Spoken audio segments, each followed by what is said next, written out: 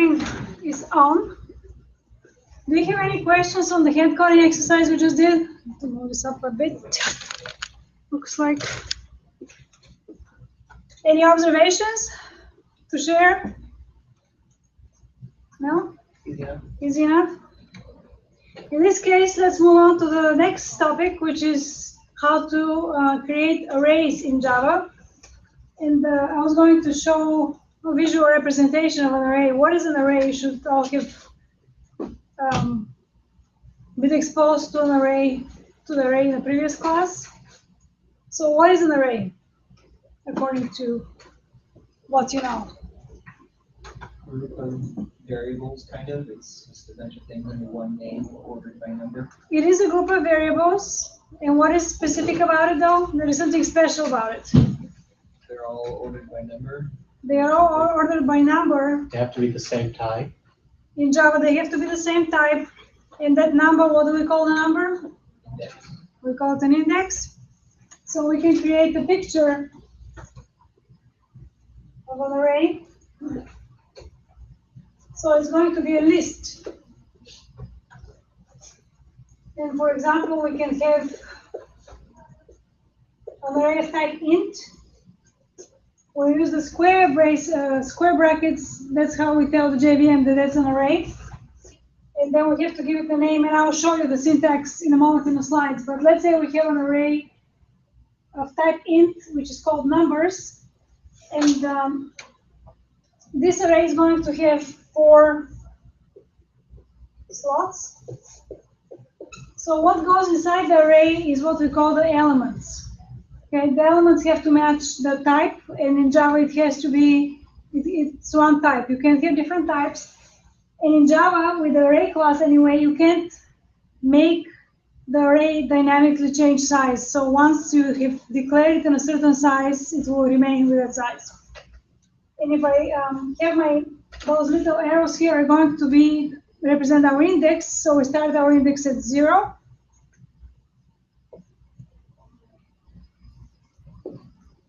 And what can go in here? Well, these are actual values. These are the elements of the array. So each index, or each element, I should say, can be accessed based on the index. And you can have the same or different numbers, it doesn't matter, but they have to be ints. So the value of nums of 2 is going to be, in this case, 1. Nums of 2 is going to be 1 because It starts with 0. Because zero-based index, there is a property of the array called length, which can give you the length of the array. And in this case, this is going to be 4. I should say not a property, but a field. And so an array can contain different types. In this example, it was an int, but it can also be an object. It can be for example, type string, or it can be one of your custom objects that you created. So we created the product class and instantiated objects from it. So you can have an array of type product with a capital P, which contains array objects. So I'll go ahead and start showing you some slides with some additional information about arrays, but you can think of an array, a single dimensional array, I should say, as this list of this indexed list. And yes, you can have arrays with more than one dimension, but this is a one-dimensional array. All right.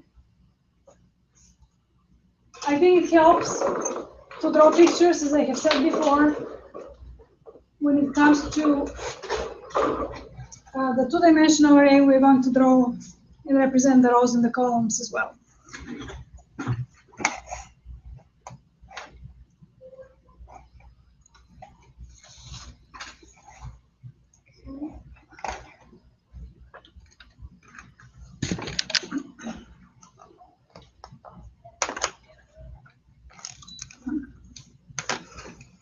You can keep your example open.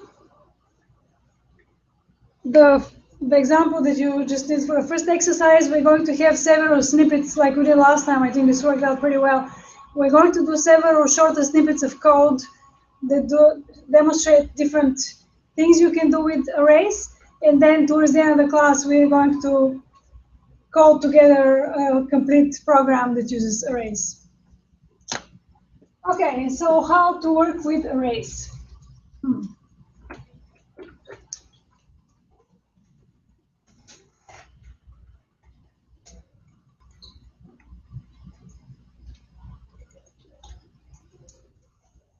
Second, my clicker is not working. Why?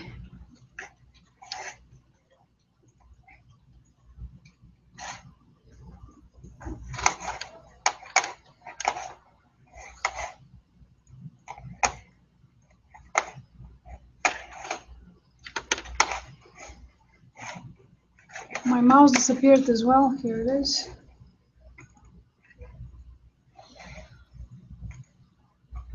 This should work, hopefully. Okay, there we go.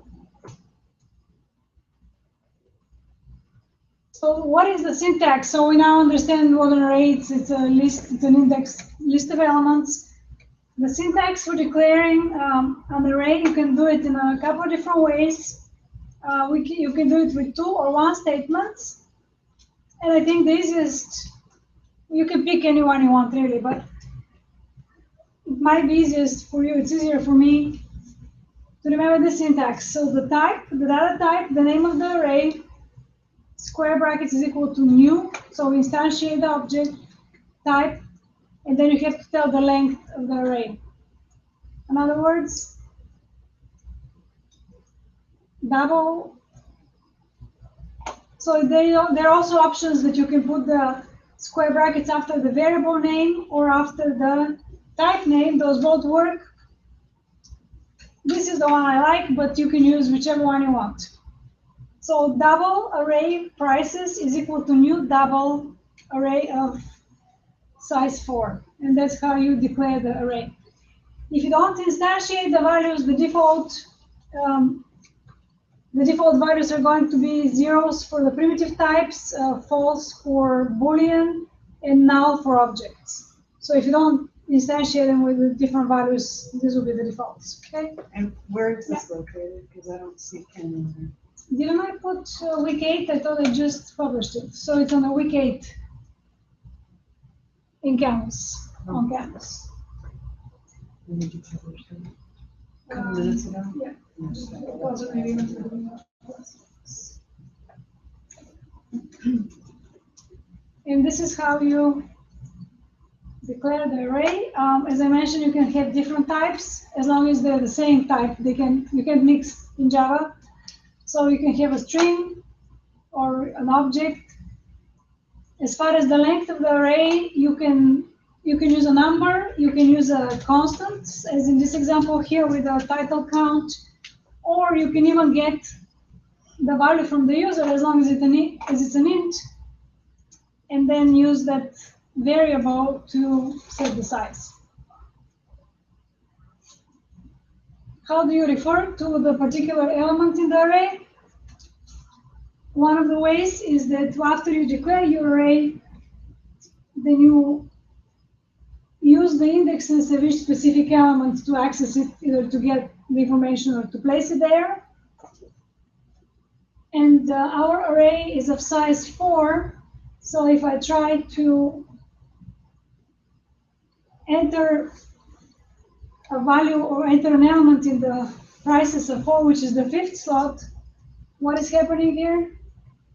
We get an exception because, as I mentioned, the size of the array in Java is fixed, so it's not going to grow dynamically to accommodate anything beyond 4. Okay? And if you have a string array, double quotes, and then you assign the values. And similarly, if you have an object array, so this is your own product object, so the product is the type. And then the same thing is the name of the array's product is equal to a new product of size 2. And then you can get the product from the product DB by using the getProduct method. Okay, so far so good. All right. An alternative way of creating and assigning values is with this syntax here. So you want to declare an array, let's say type double array prices is equal to, and then curly braces, not parents, not square brackets, curly braces, and then the elements inside separated by comma. Okay? And when you have 4 elements here, that means the size is 4. That's so you implicitly declared set the size of the array as well to 4 elements. Okay? And you can do the same with strings and any types. Right? Same idea. The length in Java is a field, so it doesn't have the parents. Okay, so you just call it. And this is the first example I'd like you to do, which assigns a number of values of an array by using the fact that we have a sequence of numbers that happens on 3 levels in this example. The first place where the sequence happens is if we use a for loop, start with 0, and then increment by 1, I++, this is going to increment by 1. So if we start at 0, it's going to be 0, 1, 2, 3, and so forth, up to, we can say up to the length of the array. And so that will allow you to stop at the size of the array. And then inside the for loop, we're going to set the values. Remember how earlier we had the indexes here are 0, 1, 2, 3, and so forth? The same thing, except we're using I, which is going to have what values then? It's going to do the same as the I loop, so it will be again 0, 1, 2, 3, 4 up to the length of the array. And then we also happen to assign to that index location the same number. So that's the third use of I. Please code this in your program and then print. You can print I from within the loop here. In fact, this is a common way. You have to use a loop to get through all the elements of an array. So please go ahead and do this example with the addition of printing the values from the loop so you can see them printing for you. And note that it's also very common and easy way. Instead of, you can certainly say here I less than 10, but more elegantly you can say I is less than the length of the array values, right? And so work on that, please.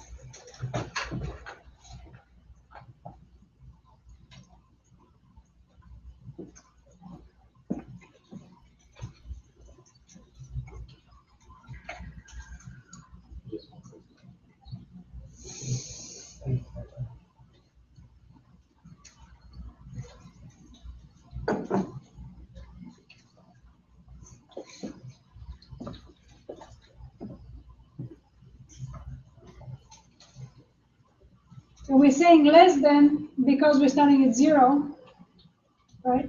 So it will be from 0 to 9, inclusive.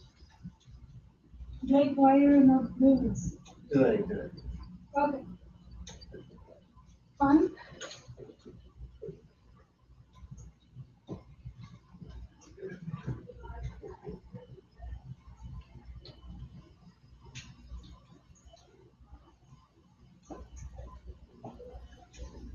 It seems to me with the last, I taught the same class earlier today, because pretty much all of you have had an exposure to arrays in the previous class, that was actually going very, very smoothly. It seems like most of you get this pretty easily. At least that was my impression. Okay, so moving along then. By the way, I forgot to bring it, but I got a mic so I can hopefully record better. So That's it. Wait, can you go back for a second? yeah, so I need to bring that. Yes. You wanted us to print values, is that right? Well, yeah, I wanted you to print I wanted you to print the values inside the values array. It looks like both of The us are doing elements a of the really array. weird thing when we print values. I don't understand. Let me see what you guys did. Hang on. So your output should be 0, 1, 2, 3, 4, 5, 6, Yeah, 7, that's 8, what I 9, expected. 10. With Oh, because you're not giving it an index. So if you just say values without the index, Oh, I what's see. happening is you're actually printing the location. You're referencing the object itself. Right. And So you want to right. print values. You need to print values of I, that's right. And then I'm glad you made that happen because I forgot to talk about it. So you have to give it the index. Like when you print a string, it finds the string S and they find everything. That's right. Yeah. So values of I is what you want to print. And then it will print what is inside. And then if you change this I to the number 5, it will print, it should print 5 10 times, right? Did you guys hear what Mike and Steven did back there? So if you leave out the I, if you just say print line values, you get some address, it looks like, right? So the location of the object. Right? And in our class, probably that's not what we want. I never want to print to the console with the address or something. Probably not. Never say never, but Unless you're doing testing, maybe. maybe you're doing testing, yeah. Certainly not for the user. The user will be spooked. Okay. So this is a similar example. The difference is that we're declaring the array with the alternate syntax that we talked about, with the curly braces. And then you already tried printing it out, so I don't think there is a point to do it again. We'll get some other exercises for you to exercise the alternate syntax, all right?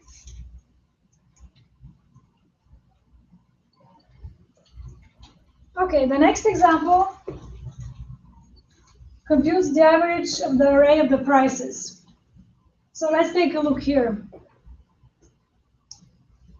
So we have an array with 4 elements. We have a double sum.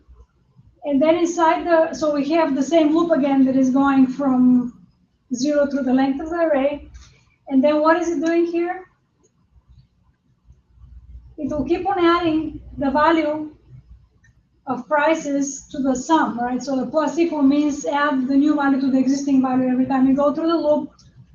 And so the first time it runs through, when I 0, the sum will be what value?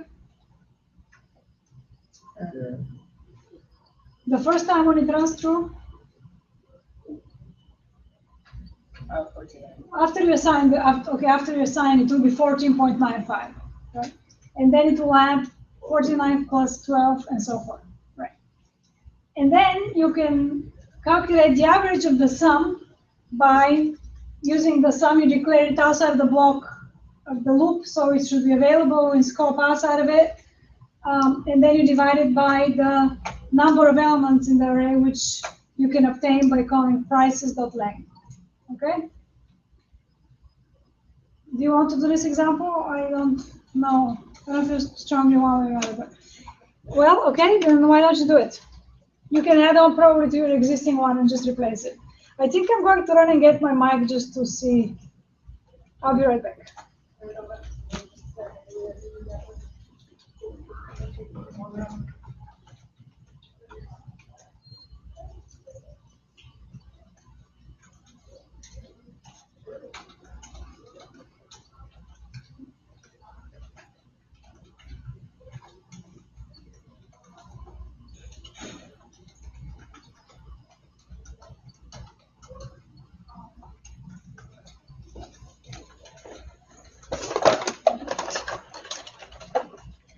Don't laugh, okay? Well, you can laugh, I guess. I don't mind you laughing, but I think it's kind of funny. Who is ready for some Ready to sell stuff. Zumba? Or, yeah, how can I help you?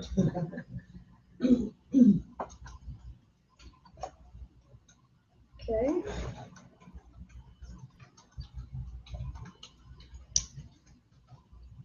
Wow. Can you hear me better now, or worse, or about the same? A little bit, yeah. But All right, let's try this tonight and we'll see how it goes. Maybe until break time and then I'll take this thing off. I wasn't having trouble hearing. I'm sorry? I wasn't having trouble hearing. I was watching the video from the robots talk, and my mother criticized me that she can't understand me, and if your mother says something, you take it very seriously, so I got a mic. Do you have any questions on this example? Again, the sum plus equals price is an example of what we call the accumulator pattern. So it accumulates the value, very common pattern in programming.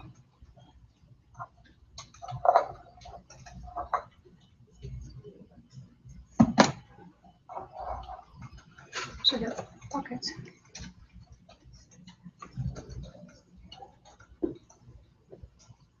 Are you still working on this example? Are you guys finished? I'm getting an error. We're trying to Okay. figure it out. Just checking.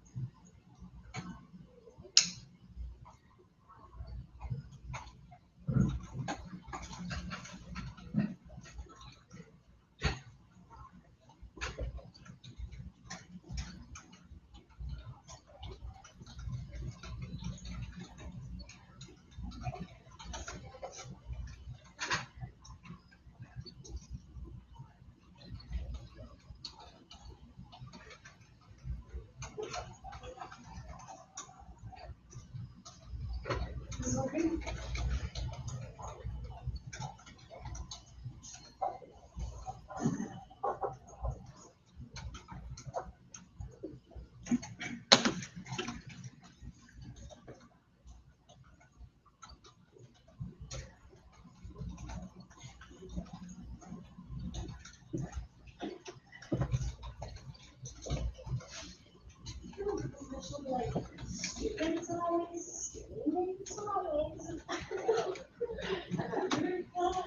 Does anyone have any questions about this example? Startling. This little speaker. Oh, you know what? This is the cheapest mic I could get because it looks like the good ones are a couple $100, and I didn't want to invest without at least seeing what it's like. When I upgrade, I'll get one that you pin instead of lapel mic, right? If anybody has any good brands, then you can recommend me. I don't know. Anyway, bear with me for tonight. We'll see how it goes. And the other thing is, I am concerned that the recordings are not clear when I don't have the mic because, anyway, that's a different topic. Okay, so moving on. The next example is going to show you an alternative to the for loop that we just did with a for from starting point to a, with the counter and then incrementing. And this is the enhanced for loop. The syntax is the following. It doesn't really, it might not be obvious what it does, but a lot of languages have the enhanced for loop. And in fact, Tom was just using it, I guess, in your JavaScript class. So if you wanted to get through an array, instead of using a for loop, you can use the enhanced loop. And this is what it looks like. You say for the type of the array. So in this case, it's a double. And then you have to declare a variable name. This variable name can be anything. It doesn't have to be anything specific, but you just have to give it a name. The important thing is that it is of the type of the array that you're trying to reference. And then column, and then price is the name of the array. And what this will do is it's going to loop through the array and get you all the elements, okay? In other words, if we loop with an enhanced for loop through this array and print out the result, you will get what is in the array. As you can see, it's kind of a simplified version of a for loop. It's a for loop behind the scenes, but the syntax is just for double price, column prices, and then it will print out here. So you will, we haven't done an example yet where you use this syntax for the array, so please do one more right now and try printing out the values with the enhanced for loop. And if you have any question, let me know.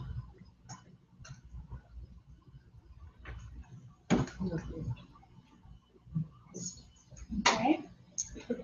Well, I wanted you to code this example here, so you can just add it on to your existing stuff. Let's see. If this is not working, we can fix it now, or see. Yeah, let's fix it. So values doesn't like values because the name of your array is prices. So you mixed a couple of different things. Right.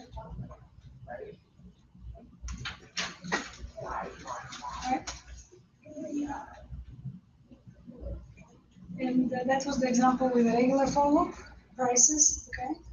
And now we want to add on to that.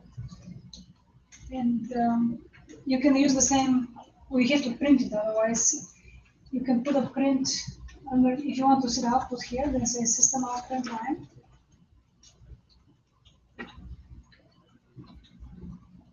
And you need to print, what you need to print is the prices of I, and this will go through all of them because I is the index, right? So prices of I.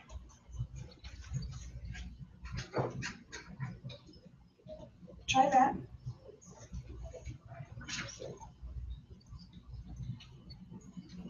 Okay. Wait, where are those? Oh, because you signed them. Okay. And you're using a double, so that makes sense. Okay. So yeah, just a sec. So now another way to print what is inside an array is with this syntax here. So you can maybe comment out or just add it underneath. I would comment out the for loop as you have it. Use the same array, and then you need to add these lines right here. You actually need to just add 2 lines now. Okay. Like. So this enhanced for loop is only for arrays. Is for objects. So you can't use it with primitive types, but you can use it for objects. Any object. Yeah. Is that more or less this? Because I actually run into this in JavaScript. It's the same thing. Yeah. It's a way to enumerate through the, iterate, I should say, through the object, and you get all the values without using an actual for loop.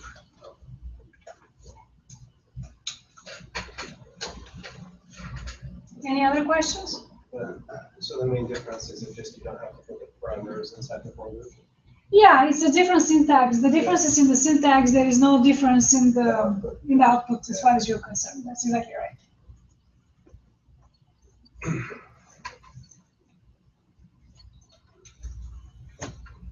And as I mentioned, many other languages have this loop as well, so it's pretty common. Okay, so this was a good example. You got to practice both using the alternate syntax for declaring the array, initializing the values, and also the enhanced for loop.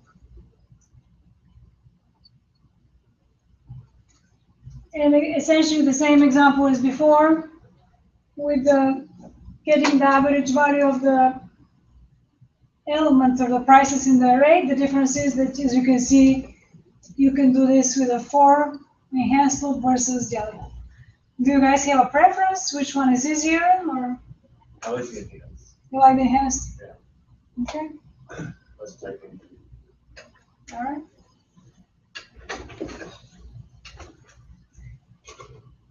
And you could name that price anything, right? You could name it squash or whatever. You can name it squash. Yeah. Correct. You probably want to name it something that makes sense, but you can name it anything. You're just declaring that it's going by each element, right? It's just going by each element. Wouldn't that be called an index variable? Yeah, I guess you can call it that. I don't recall. I was thinking of proper- yeah. something else that you Yeah. might be saying. C#. Okay, C#, I don't like it. C# has that as well, so it has this functionality as well. I don't think we need to do this example unless you want to do it. So it's again the same example, just using a different loop to give you the result, right?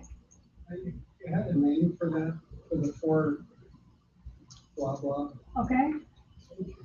You'd call it an enhanced for loop. and then henceforth. Yes. And this brings us to the topic of rectangular arrays. Your homework will require you to use a two-dimensional rectangular array. So, you know, pay attention, I guess. Even, I know everybody seems tired today, including myself, but let's go ahead and figure these guys out. So a rectangular array is an array which has essentially, it's an array of arrays. And what it means is that you can think of the elements in the array like cells in a column, where the cells, each cell is referenced by a row and a column. So they're a cross-reference of two indexes. And also the second array is another array, so that you have an array of arrays. So you need to know that, and you'll see why in a moment. So the syntax for a two-dimensional array is going to be that the type, so again, for example, int. So instead of one square bracket, you have two, and that means it's two-dimensional. You can have more than two, you can have multiple dimensions. I actually don't know how many, but most people can't think like that. So it really is just, the human mind is not really well suited for more than two-dimensional thinking, generally speaking. So you probably won't encounter more than two, maybe in some computer models, but generally two is probably what you need to know. Okay, so we declare an array of type int. We say it's a rectangular, so it has rows and columns. We give it a name. So this one happens to be called number table, and we say it's a new, and again int, the type. And now we give it the row count and the column count. And so what that means is going to have 3 rows and 2 tables, and let's draw this.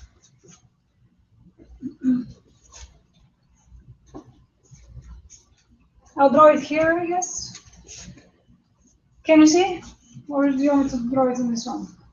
It doesn't matter.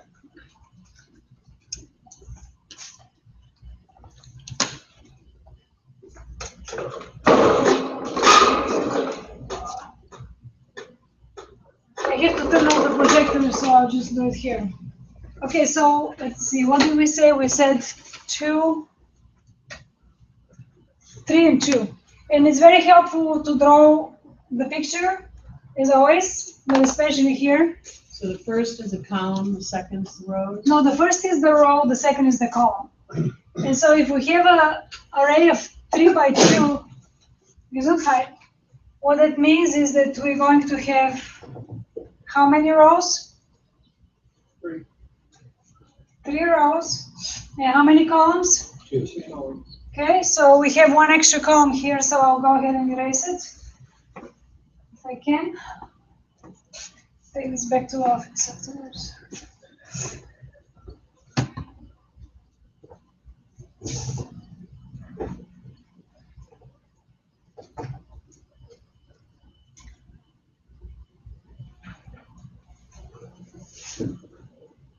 And then they have indexes, so the row indexes are 0, so they start at 0, of course, 0, 1, and 2, so 3 rows and 2 columns. Is that the same thing as saying an array within an array, basically? Or? Yeah, so that's exactly what it is. It's an array within an array.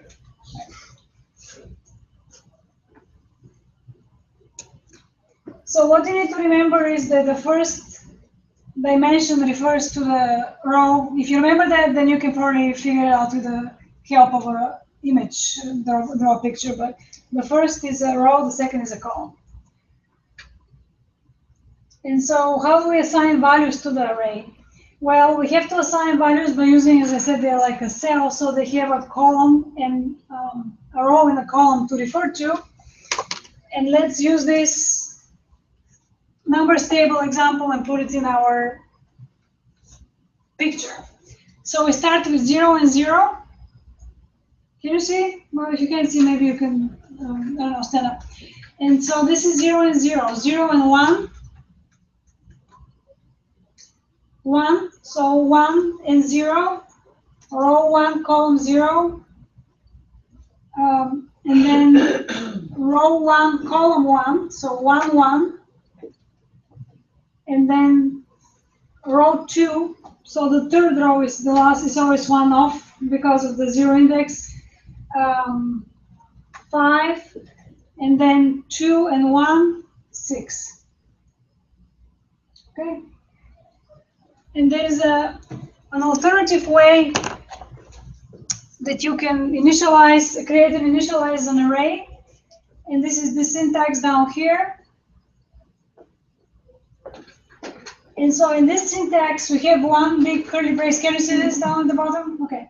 One curly brace that identifies the array. First of all, you do have to use, of course, the two int, square brace, bracket, square bracket, square bracket, square bracket. And then you declare the entire array inside curly braces, and then each of the rows are going to be its own set of curly braces inside. So this is row 1, row 2, and row 3. And you can see what you're pointing at. You can see how they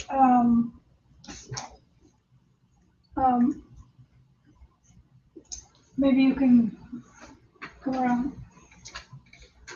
You can see how they correspond with the table. So this is row 1 with values 1 and 2, row 2, 3 and 4, and row 3. And if we had an additional row, we could put it here. Or if we have additional columns, we could do that too. We'll just say in the first, we'll say 1, 2, and 3, and then we'll do that. Yes? So the arrays aren't separated by commas in Java? You have those 3 arrays within the array, and the 1 and 2. I actually think it is. I wonder if that's a. Yeah. I think that they should be. I think this Yeah. might be. Yeah, right. Pretty sure it should be. So this might be a typo. Right. Thanks for So spotting what's a that. typo? So in this example here, there is a missing columns to separate each of the. Here, I can bring it up here just a second.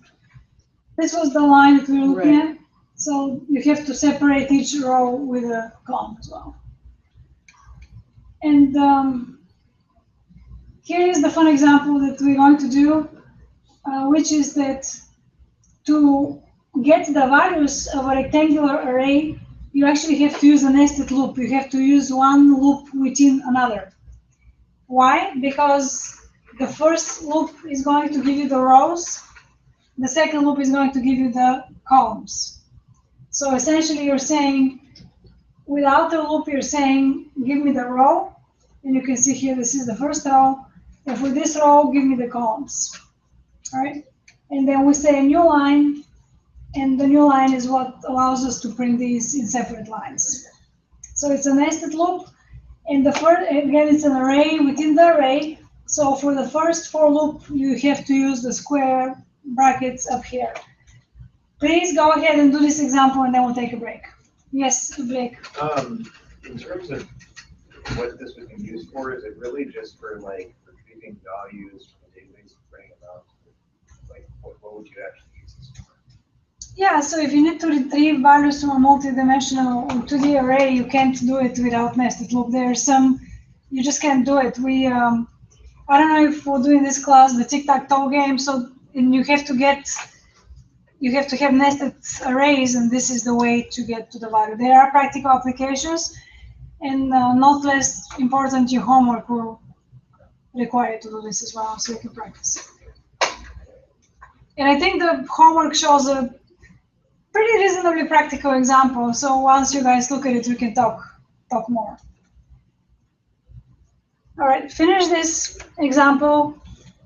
Let me know if you have any questions, and then you can take a brief break, and we'll continue from here.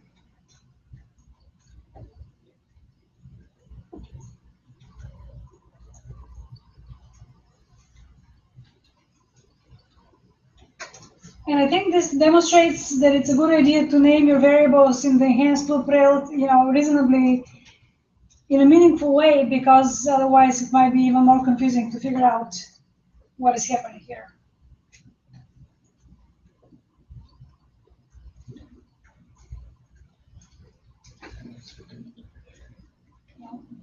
This is functional. What you're going to do at home, you must be.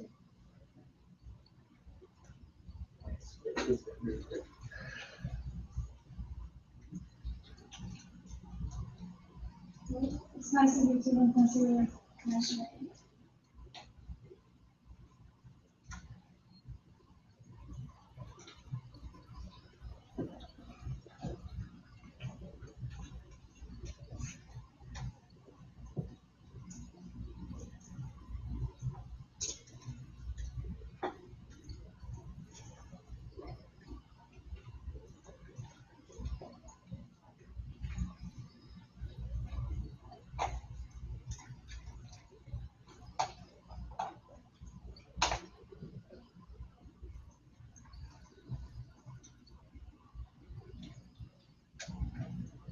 Any questions?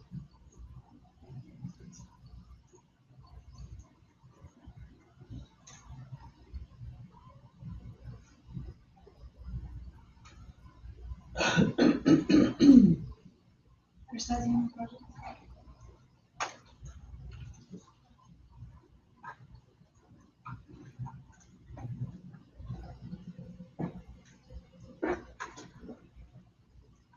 Okay.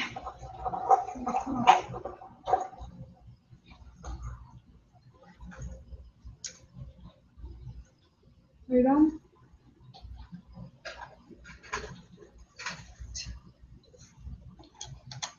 Oh, I should mention, not to distract you, but I posted a talk event announcement. I don't know if you saw it. Did anyone in this room attend my talk with it? I guess you didn't. Anyway, we're going to do a part 2 of the Will Robots Take Our Jobs talk. But it's going to be a Byte Club event, and I posted the Canvas announcement. So if you're interested. Well, what's the answer to that question? Well, the answer is definitely yes. I think that's sort of, even So though what are we supposed to do? we talked about it, and I guess a lot of people who attended are pretty concerned about it. The problem is that the long-term solution is not just, the long-term solution requires policy changes and other stuff that we can do. But there are some things we can do. We know that data science is growing. And I'm writing a blog post actually specifically for essentially you guys as an audience, what you can do. But the long-term perspective is that we just will be outplaced or replaced with robots because they beat us at everything. And the question is, what kind of society are we going to have after? Will we all happily live and thrive and explore, or are we going to be like Elysium, if you guys saw that movie? Will it happen in the next 20 years? Well, maybe. 20, maybe not. I don't think it will happen completely in 20 years, but a lot will happen. The rate of change in technology is exponential, right? There is the law of accelerating returns that Ray Kurzweil, we don't break now, but you can ignore me and go out and smoke or whatever we do. But technology is accelerating exponentially, so. We do with people when we no longer need people to do all the work. Wait, People need done. People don't need the people to do the work, and sometimes people say, well, we won't buy their stuff then, but they don't need you to buy the stuff anymore either because they're self-sufficient, right? You just need to I don't totally agree with the exponential growth model. I mean, I think it goes only exponential in terms, as long as there's a business application for it, but, like Ray talks about, okay, so if you go 30 years, there's gonna be like cellular size, computers, but there's no use for a cellular size computer that's gonna, further business or anything I like think that. there is, because the medical field is so, there's so many applications in the medical field, don't you think? Maybe, I think so. I mean, I guess it depends kind of what you assume is really driving technology growth. Well, it's what I said, it's a Yeah. business application. Yeah. Unfortunately, I don't think that's how it should be, but, yeah. So. I think that the medical, because there is all these aging populations. Yeah. And there is so much profit in the medical that it's definitely, I think it's reasonable to expect it to grow. Yeah. I don't know. Well, so why don't we have jetpacks yet?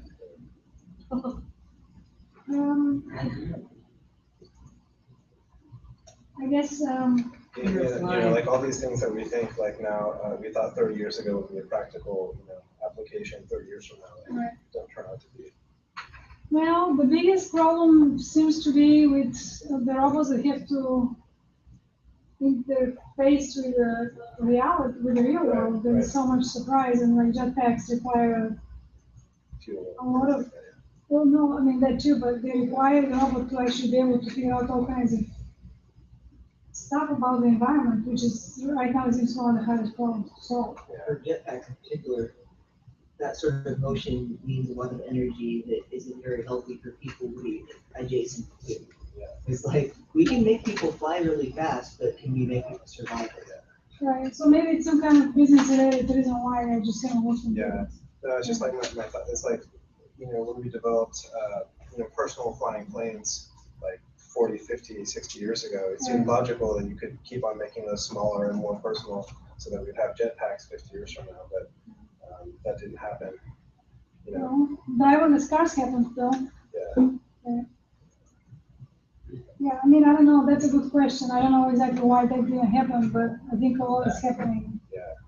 No, I just think it's very unpredictable the direction that those things happen.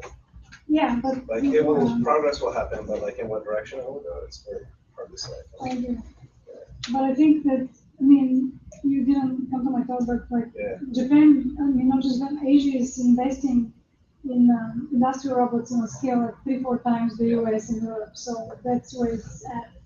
And people losing jobs, driverless cars that already exist, and like the largest number of jobs in the United States are people who drive. So I mean, that already exists. It's just like policy and time. It doesn't matter. It's like it's no longer waiting to be invented. It's being like to be accepted. You probably hear that the Google driverless car is like the first non-human legal entity, right? So, I mean, I don't know. I think it's definitely. But you're right. It's somewhat unpredictable. So, very interesting. Anyway, I'm very interested in stuff. So, thank you.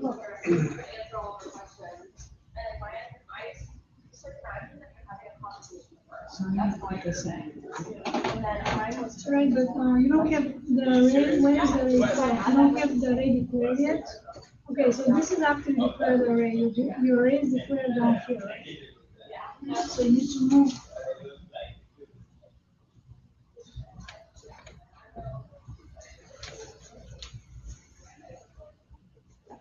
I'm confused. I'm trying to assign these numbers based on this. Okay, Right, so so what then I'm that trying is to the make right is a thing. 4x4 array. Okay, then, so that's a 3x2 and 1, 2, 3, 4. So it doesn't quite match. So you can do this.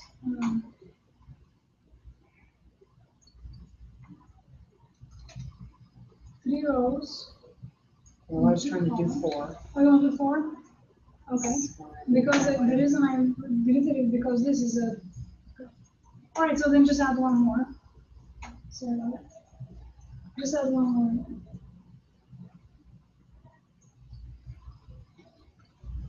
Okay, put it in curly braces. All right. So when you do that, then you initialize the array, and then you're printing it, and then later you're changing the values, right? Now this is okay. Yeah. But no, I'm But the not, problem is I that don't understand this part. well, you should print it so you can see, but the issue is that you're replacing them, they're essentially the same numbers, so you will, when you print it here, do you print it? You did, right? Not yet, because I haven't finished this part. Trying to understand it. Go ahead and run it real quick.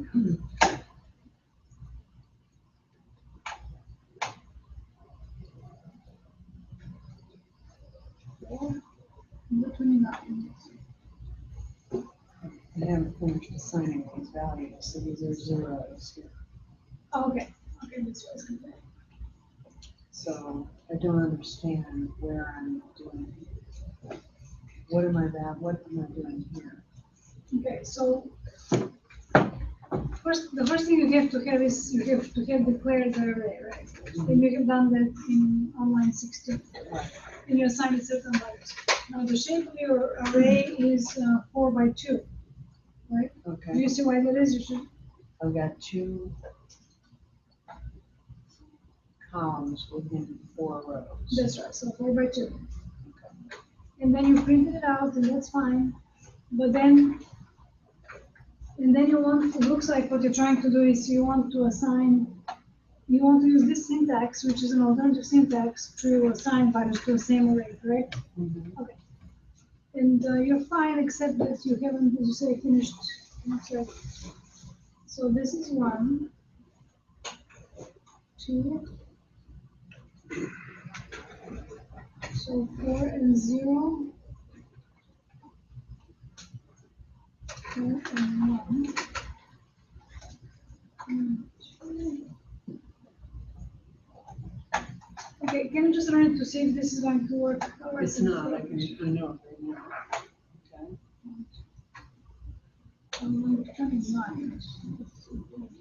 Okay. Okay. Oh yeah, because you have, you start at 0, so you can't have a 4, you're out of bounds there. So 4 is, you only have 3. 0, 1, 2, 3, right? So you can't have an index of 4, that's why it's failing. You're doing essentially an index out of bounds.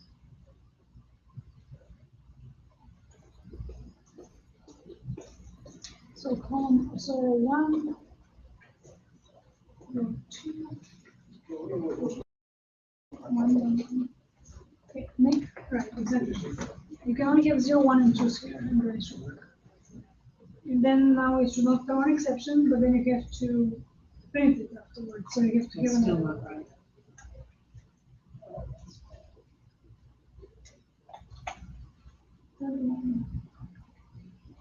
Oh, because you have only 2 columns, so you can't have a 2 there, you can only have 1 or 0. Okay. So row 3, column 0, and column 1 should be this thing here. And there's 8. 1. Okay. So now there should be an exception. Try it again. Okay. But now you have, does this help? Maybe let's see if this works. Okay, I won't change it because you're not printing it afterwards, but that should not throw exception. Okay. So if you want to see the change, if you want to see a change, you should give them different numbers, because otherwise you see the same numbers. Then just copy the, okay, after you make the change, copy the loop, and you continue to start here. So now,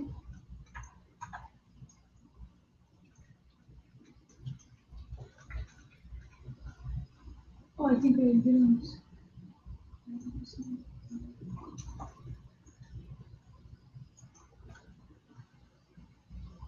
Oh, I think I missed this line.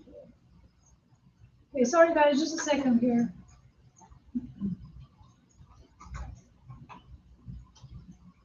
Okay, all right. But if you actually want to see this change, assign different values here, right? Because they're exactly the same as the one above. All right. Where were we? Nested loops. Was everyone able to run this example? Did it work for you? Yeah. Do you have any questions on the syntax? So the first for loop accesses the number of rows, which is an array. The second one accesses the columns within that row, right? And that makes sense in terms of the syntax we use. If you don't have questions, then I will move to the next slide. Okay, so the arrays class supports various methods that you can use to work with arrays, and a couple of the more common ones, more interesting ones. You can fill an array with a value. In other words, you can say, I have an array here. And this works for one-dimensional arrays, by the way. So back to one-dimensional. If you have an array of size 5, and if you have this expression here, the integer array quantity is equal to an integer of 5. As I mentioned earlier, the default value that is going to be set for these primitive types is going to be 0. And then let's say for some reason you want to make them all be 1. Well, instead of using the loop, you can just say arrays.fill, so call the fill method, and then you pass it two parameters, the name of the array you want to fill and the value you want to fill. And in this case, it's going to replace all of the values from, and make them, instead of 0, all of them are going to be 1, okay? And then there are also a couple other interesting methods. One of them is the sort method, and then the binary search. The sort method is going to sort an array, and there's some default sorting orders. So if for numbers it's going to be, ascending from 0 to n. For characters it's going to be from A to Z, and I think it's lowercase and then uppercase. It has its own sorting rules that it follows, right? If you have parents or some other special characters, it has its rules, and that's how, by those rules, it's going to sort them. But once you do that, your array will be sorted. So right now, this array is not sorted, right? It's just a mix of characters. And then if I say array.sort and then print it, it's going to come out sorted, right? And so the other thing you can do is you may need to search through an array for certain values. So searches are pretty, common task, and one of the good ways to search is the so-called binary search. Has anyone heard of binary search, or do you know what it means? Do you remember what it means? Of course. Okay. Jump to the middle, find out whether it's higher or lower, or Right. jump to the middle of whichever that one Right. is, recursively. Exactly. Possibly. Right. So that's exactly as Brad said. In other words, if I had asked you to solve the guessing game, and I said from 0 to 50, the efficient way to do this would be to guess 25, because this will split your results in half. But for you to be able to do this, the first thing you need to do is you need to sort your elements, right? They need to be sorted. And once they're sorted, you can apply the binary search and split it in 25 in half. And then I ask, so is it 12? If it's greater than 12, then you continue narrowing down your search tree, and that's an efficient way to search. And there is the diagram. Show you diagram of a binary search.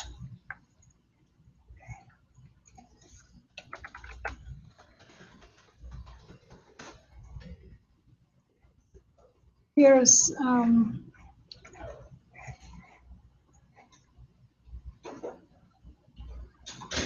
one example.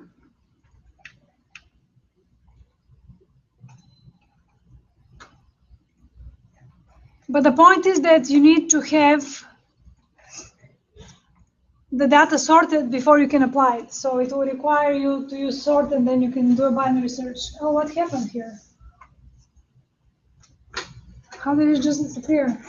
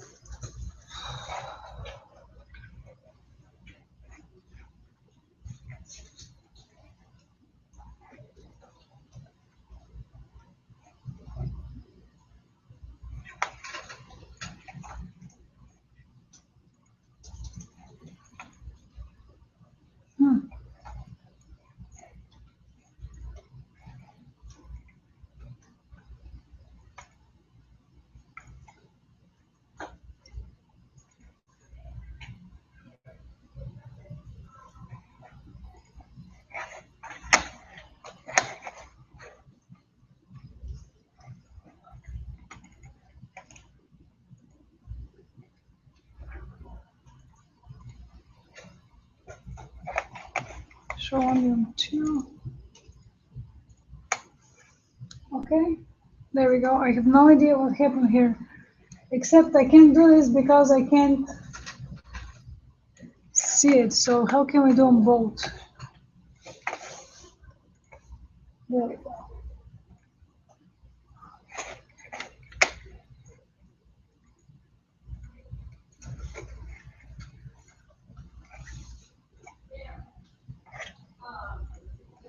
Okay. Sorry about that. I'm not sure what happened. We haven't done an array with strings yet, so let's go ahead and do this example. So you have a string with several product codes, and they're not sorted obviously, because if they were sorted, what would be the proper order? Or Java, JSP, and then MySQL. And then you can sort it, and then you do a binary search. And so the binary search returns the index of where the thing you're searching for is located. So in this case, after we have sorted it, MySQL is going to be 3 because it's going to go at the very end. So after we sort it, what would be if we were searching for Java, which one would it be?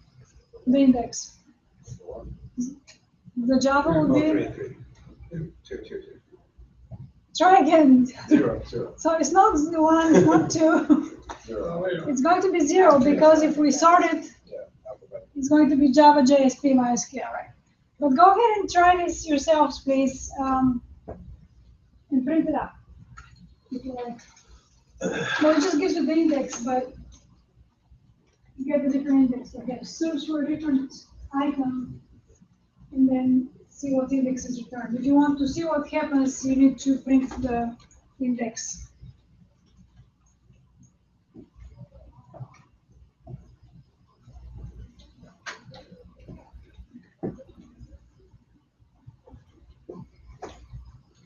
I have something cool to show you.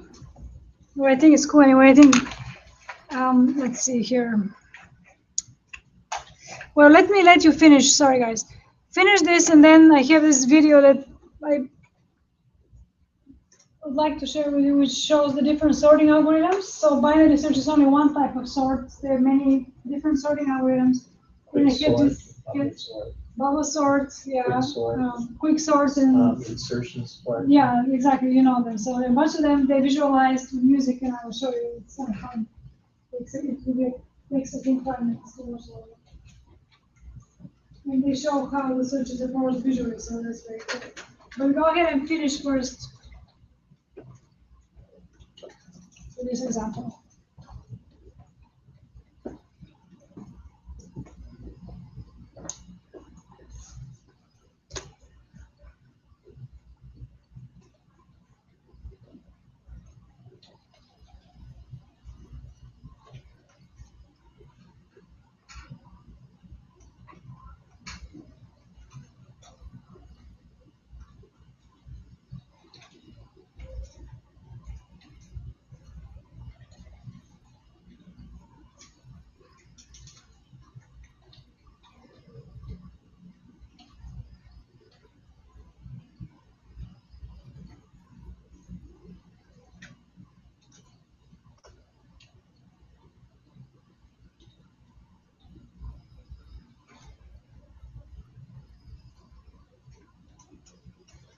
Do you have to import a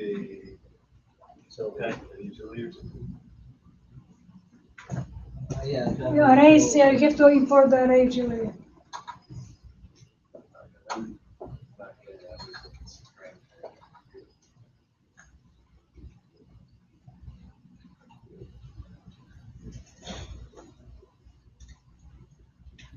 No, you should be able to import the arrays class on top.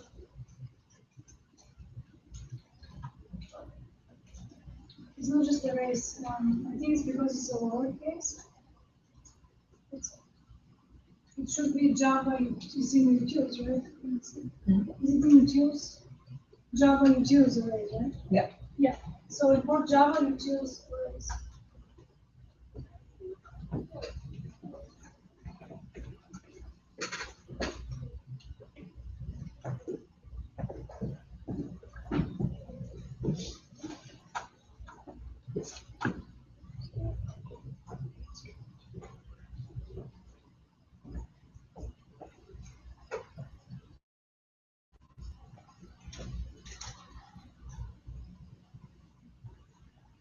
Okay, so did you print it out?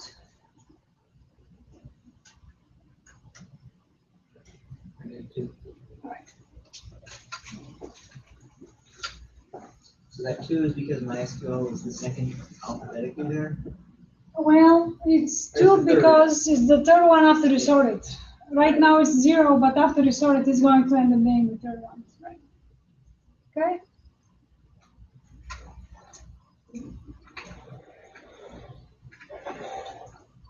Do you have any questions on the sort and search? Oh, I was going to show you a video. Hang on.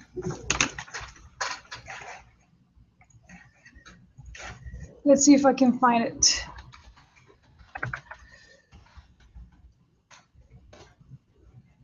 Okay, so the sound is a little bit piercing, so I'll try to keep it down, but let me turn this down first. Yes. All right. So you're probably not familiar, I guess you might just be familiar with the binary search at this point, but if you see this video, you're going to at least be introduced to the many other types of sorting algorithms that are available. And maybe we won't watch the entire 5 minutes. And again, what it illustrates is how the program programmatically sorts through these different, with these different algorithms.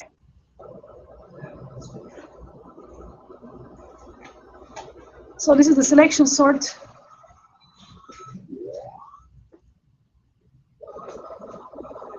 You can, this is the insertion sort. I guess you can't see this up here.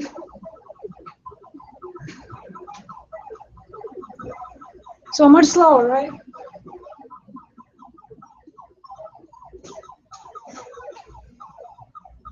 Just a second.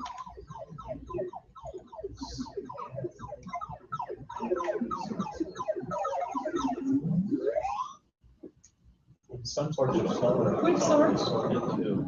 I'm sorry? Some sorts are locked. They're, if it's the array is already sorted, it's the worst case scenario for time. Yeah, that's true. So this is the quick sort.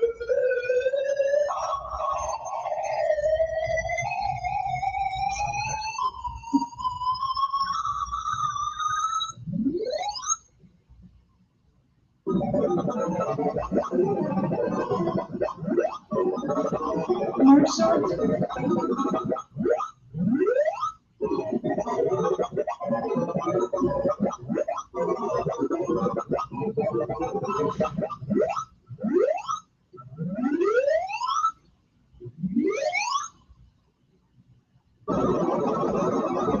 Heap sort.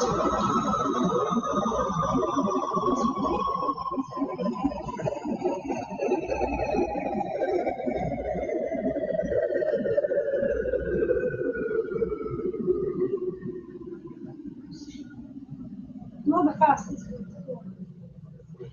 Looks like it's excessively complicated for how fast it is. I guess that one's a little. It's called the radix sort.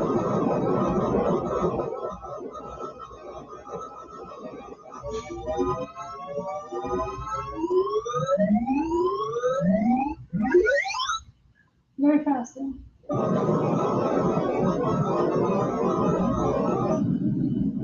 Another version of the radix sort. Maybe we watch a couple more.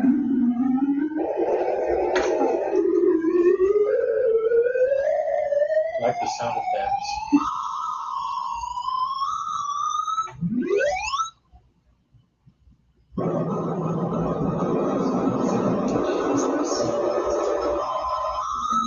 STD sort, standard.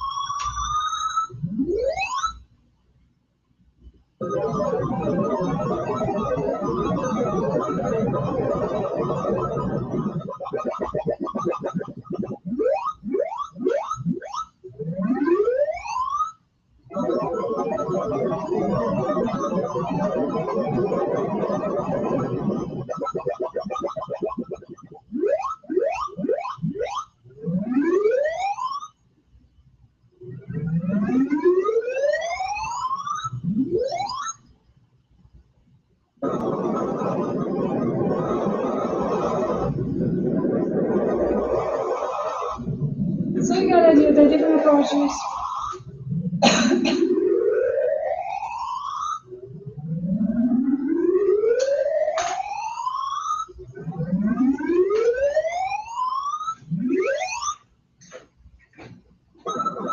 Bubble sort. We get to see bubble sorting. Not the most efficient sort. Easiest to understand those. But it's easier to understand, but yeah. Well, there it is. I guess I was hoping that, I'm sure there's a binary somewhere in there, but cocktail shaker. All right. So that was that. I guess I'll post the link in here real quick if you want to watch it at home. So sorting.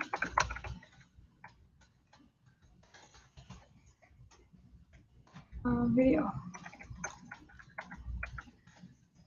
I didn't spell this right, did I? I'll go.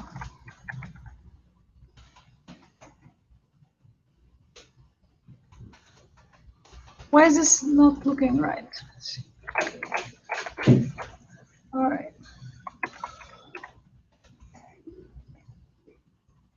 What I meant.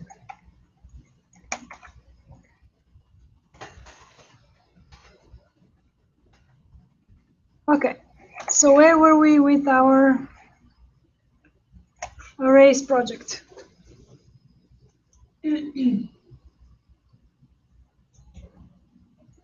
Okay, so the other topic to discuss is that there is a difference in the way you need to be aware of the difference between referencing the array itself versus the values that are inside the array, right? In other words, if we're referencing them by, in some cases, it's going to result that the values are going to get replaced, and in some cases they won't. So take a look at this example. We have an array with some double array with some data in it, and a second array, and we assign the first array to the second array. So I assign grade to percentages. When we do that, and when I change the value of index 1 to 70.2, this is going to actually reference the object and is going to make the change to both arrays. On the other hand, if you use what is called a shallow copy, which is a method copy of, and to use the copy of method, you have to give it the name of the array you want to copy and the length of the array. And then if you say the copy value of 1 is 70.2, that is not going to change the grades in that location, right? So two different ways, just depending on what you want to do. And when you're copying with a copy of, you can stick with the same length, or you can give it a new length at that point. If it's less, then it's going to truncate, or you can make it bigger or longer, and then it's going to pad with 0 default value elements, okay? So that's good to know. And also, when you're comparing the arrays, the same way we were talking with strings, is their object, to determine if two variables refer to the same array, you can say, does the grades equal percentages? And this will tell you if they refer to the same array. But what if you wanted to check, which is probably what you most commonly want to do, if the data in the arrays is the same? So not just if it's the same array, but do they both have the same elements? Then you should use equals instead of the logical equal.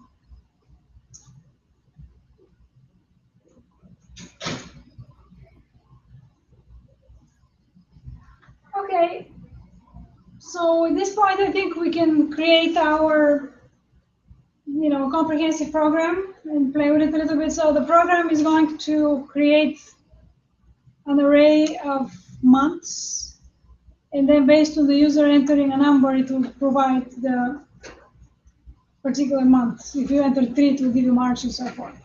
It's not very exciting, but it's a great use of using arrays. And also, if you wanted to, you could extend it perhaps to have arrays of multiple locales and so forth. So it can be extended to become more practical.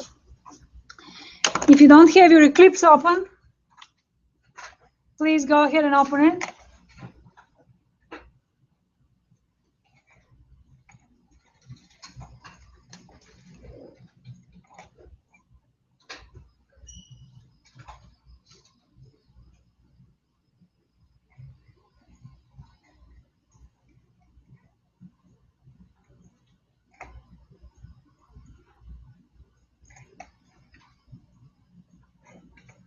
Okay, we create a new project.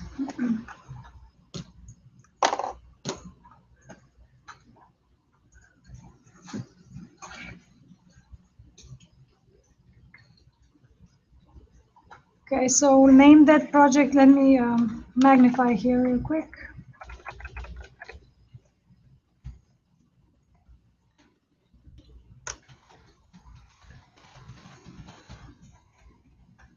Month selector. What was that? We can't see it, it's in there.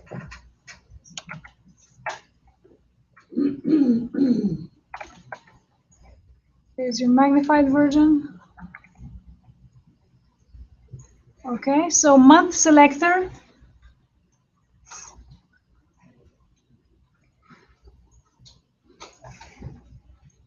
To close some existing apps. Just a second here. Have a lot of stuff open.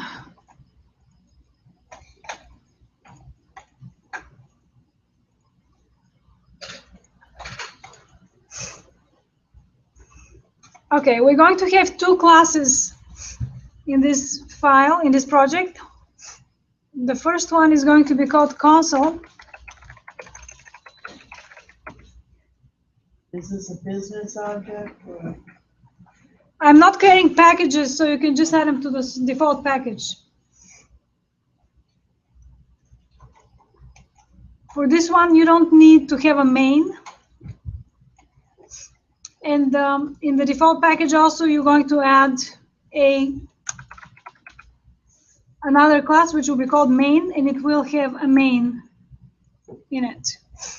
Now, for the console.java, do you remember when we did the strings example last time with the padding? Well, you should remember. And in that example, there was a console class which created different wrappers for getString, getInt, and so forth.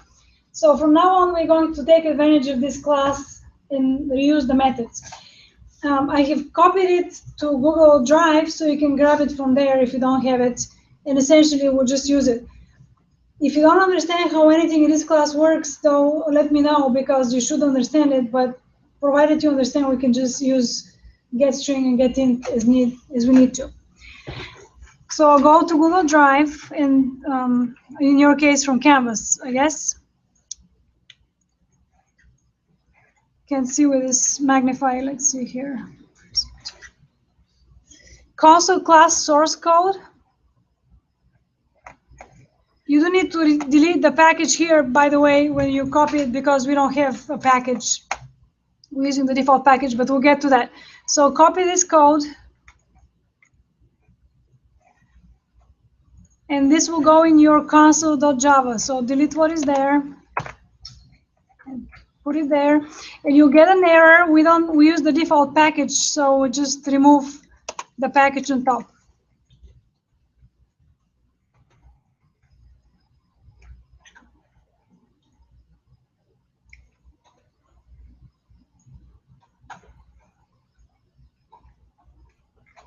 And take a quick look to remind yourself. So we have a display line. Essentially, as I said, these are all wrappers, methods around how to get a string or display a line, which is just a system out print line, and get an int.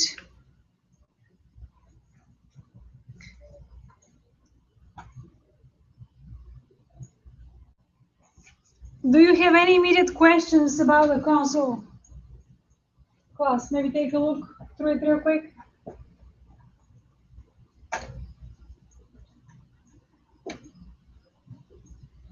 It just saves us from writing some utility style code for inputting various data types. Yeah. Copy this one and rewrite the other one. Yeah, we're going to copy and reuse the console, and we're going to write the other file from scratch, which will allow us to exercise arrays. Okay. So assuming you guys are good with the console, which seems like you are.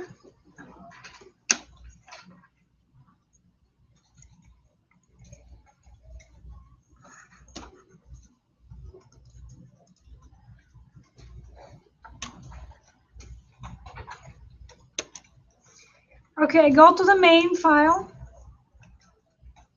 main class. And the first thing we're going to do is create our array. So it's a string array.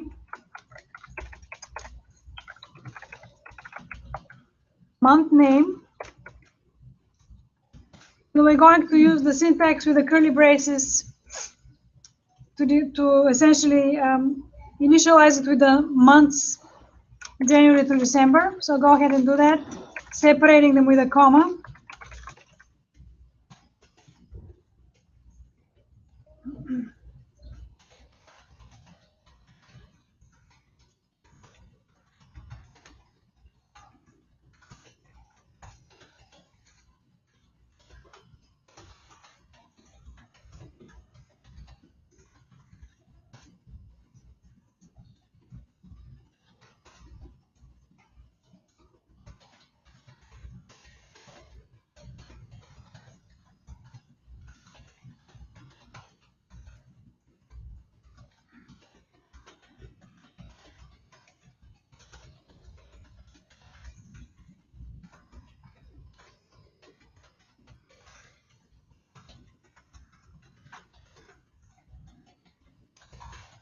Okay.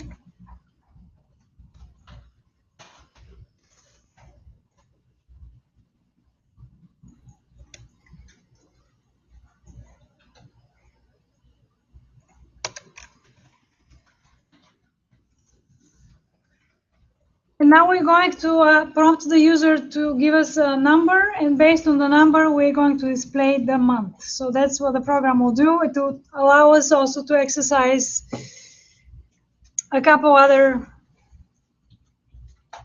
things as a review, such as using a logical OR to get our range for the numbers.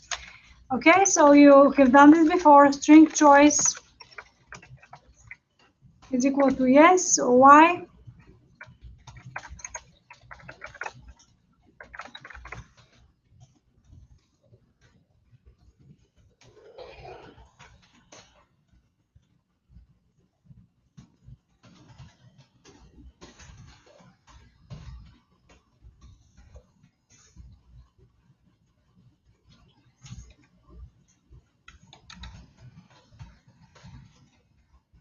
Then we're going to declare a month number.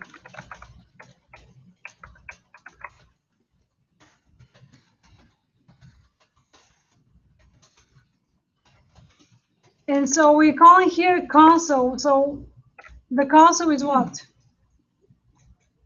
Class. It's the class that we are using. And I don't know if you, when you looked at the class, but the methods in this class are static, so we can just call them by calling the class name. We don't have to create an instance of that class.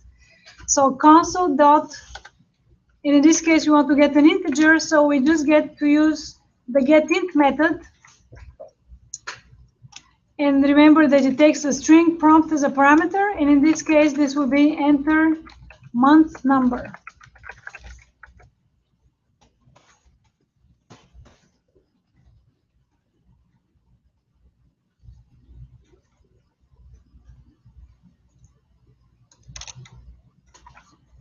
So is everyone clear where the getInt is coming from? Okay. Next, we're going to validate the input. So we're going to check the range. We want our number to be between the range of 1 and the length of the array, so between 1 and 12. So here is how we're going to do this. So we have a month number, which is the variable that the user entered. I misspelled it, I guess. Let's see here. Month number. If the month number is less than 1, or, so do you remember how to say or in Java? Bar. Okay. Or month number is greater than month name dot length.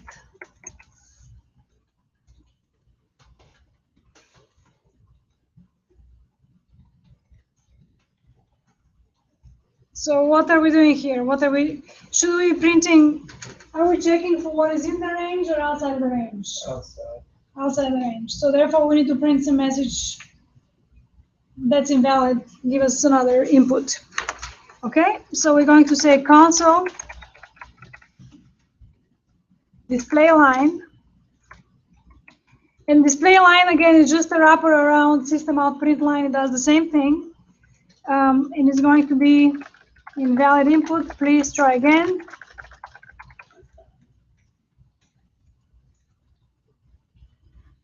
And we want to get back to the beginning of the loop. And how do you guys remember how to do that? Okay, great. Continue. Do it in the if statement. Yeah, because you are in the if statement, so you need to do it inside the if statement. You want to continue from that point.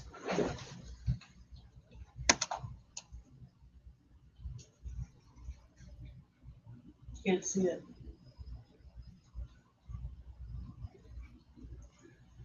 All right.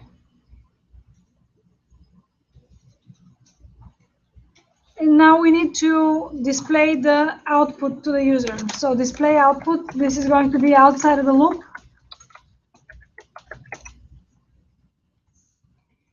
Now the user is not going to be, the user will not know that the arrays start with 0, generally speaking, so we need to account for that.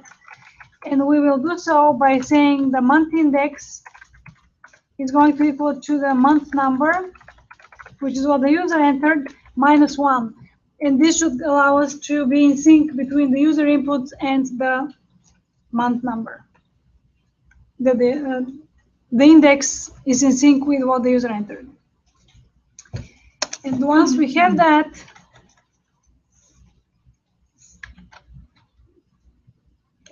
then we can print it out and use display line again from the console class. You selected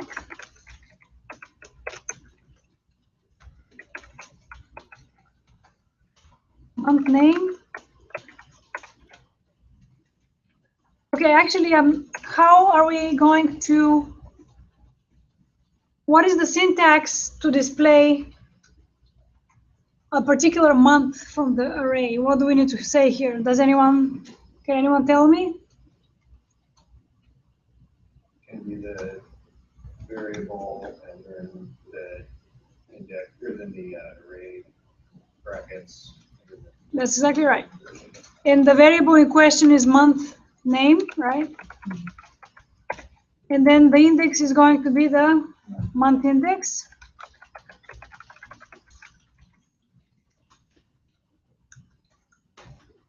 Here we go.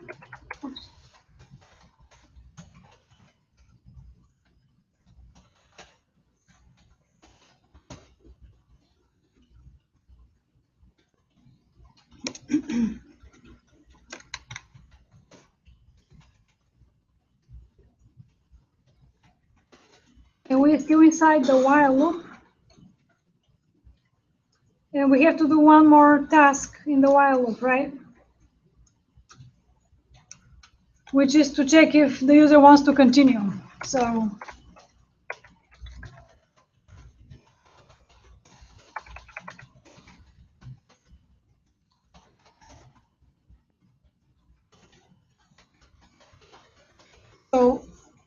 we're going to get string from the user, continue yes or no.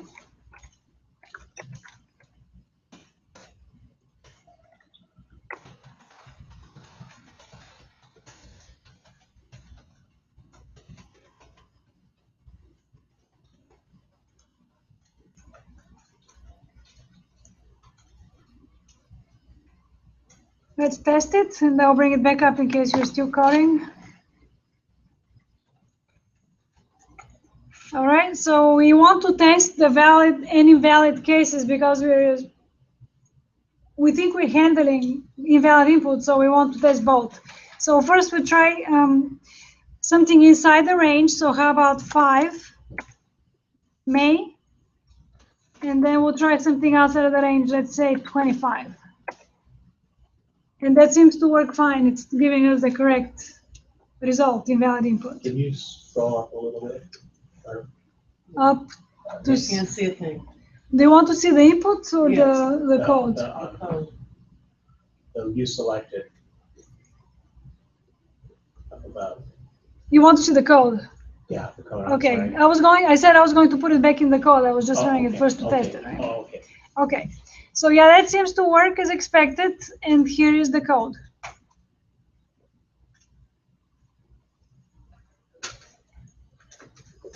I just like to test it before I, when I finish it, in case I made a typo or something. It's kind of hard to type.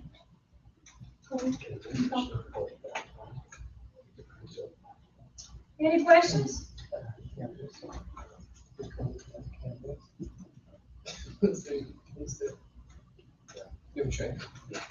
So instead of using a try catch here for the error, we're just giving it an expanded,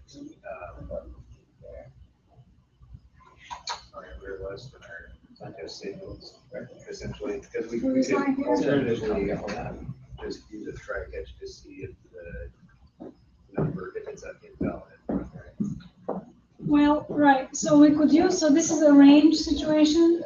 We are actually using try and catch in the console because that's how we catch if the user entered the string. So we are using both. But we have now refactored our console class to contain all this code.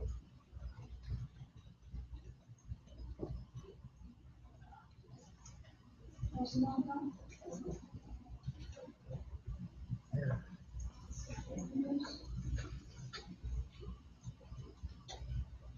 Okay. Or you need to take this, well, I don't know how to organize it, but there it has to do with the organization of the code. So close this please, or go to the console, okay, the problem is this. Here we haven't,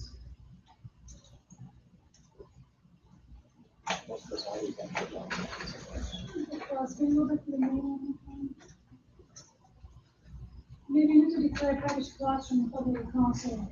Because you don't seem to get it. Try that.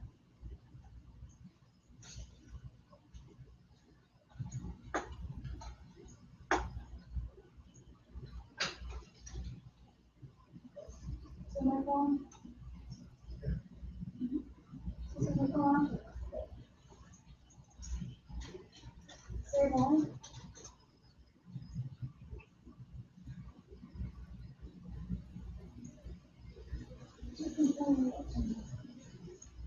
Okay, so I can say that it's something.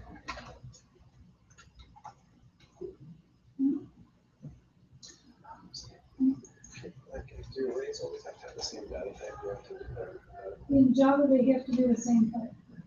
So in JavaScript, they don't have the and why are we doing string prompting in here?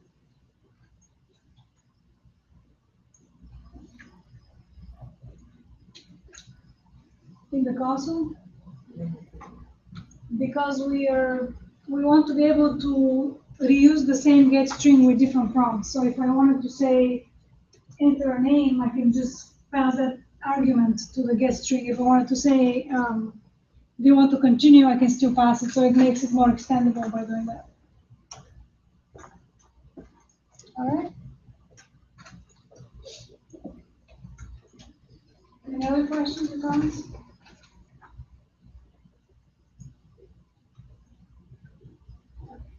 So on Wednesday, we're going to be covering inheritance.